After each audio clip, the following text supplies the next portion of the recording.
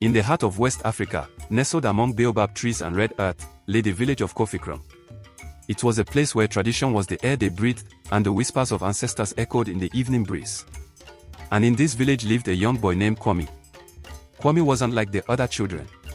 While they played games of speed and strength, Kwame's eyes were always on the horizon, his mind filled with questions that the village elders found unsettling.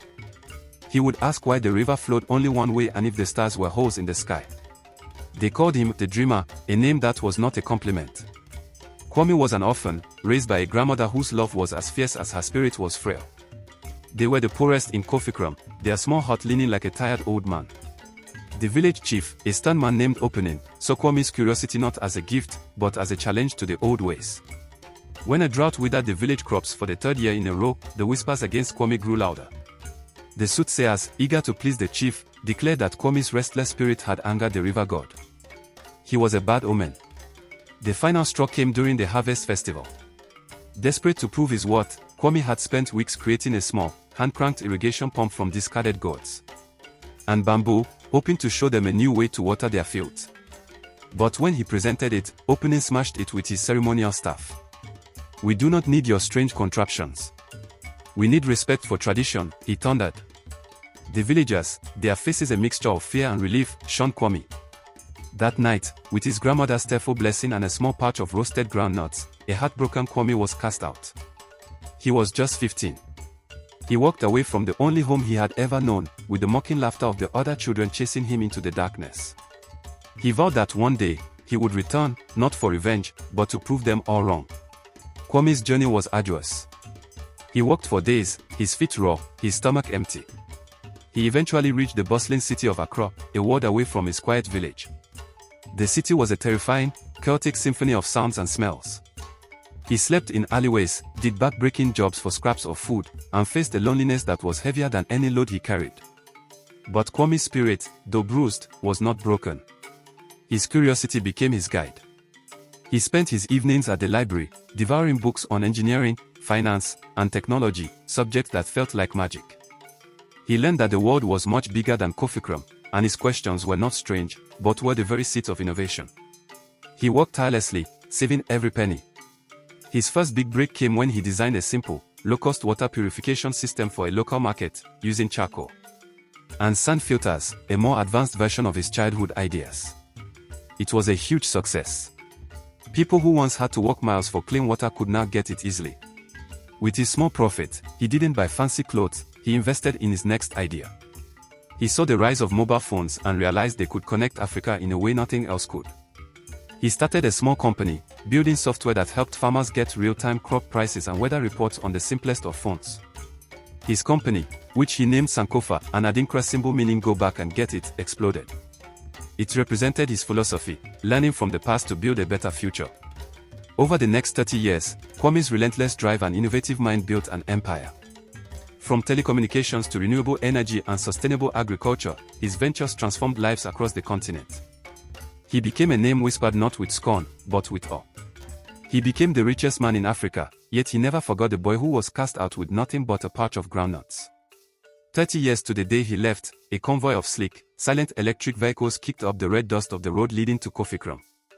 The village had barely changed. The huts were still leaning, the fields still struggled, and the children still played the same games. Chief Opening, now a frail old man with cloudy eyes, sat on his stool, his authority faded. The villagers gathered, murmuring in confusion and fear at the sight of these strange metal chariots. The door of the lead vehicle opened, and out stepped a man in a simple but elegant bubu. He was tall, his face etched with the lines of experience, but his eyes held a familiar, curious spark. It was Kwame. A gasp rippled through the crowd. They recognized him, not by his wealth, but by the determined set of his jaw they had once called stubbornness. He walked slowly, his gaze sweeping over the familiar sights. He saw the spot where his hut once stood, now an overgrown patch of weeds. He saw the faces of those who had mocked him, now filled with shock and disbelief. He walked directly to Chief Opening.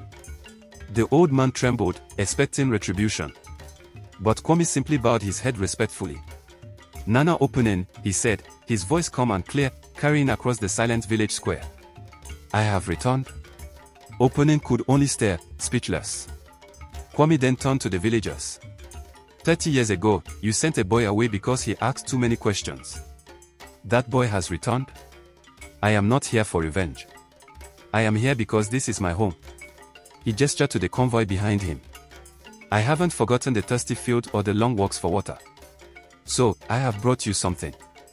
His team began to unload equipment. They weren't bringing gold or jewels.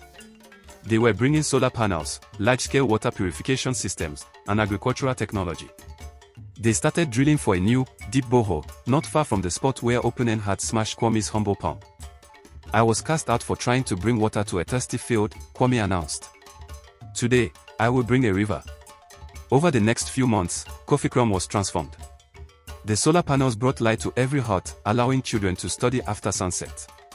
The new borehole provided an endless supply of clean water, ending the women's daily trek to the river. The agricultural experts Kwame brought taught them new, sustainable farming techniques, and the once barren fields began to flourish with life. He built a new school, filled with computers and books, a place where curiosity was not punished but celebrated. He named it after his grandmother. One evening, as the new village lights twinkled under the stars he once questioned, Kwame sat with the children. They didn't see Africa's richest man, they saw a kind elder with fascinating stories. An old Opening, humbled and frail, approached him. Kwame, he said, his voice cracking with emotion. You were not a curse. You were a blessing we were too blind to see. Can you forgive us? Kwame looked at the thriving village, at the hopeful faces of the children, and he smiled. There is nothing to forgive, Nana.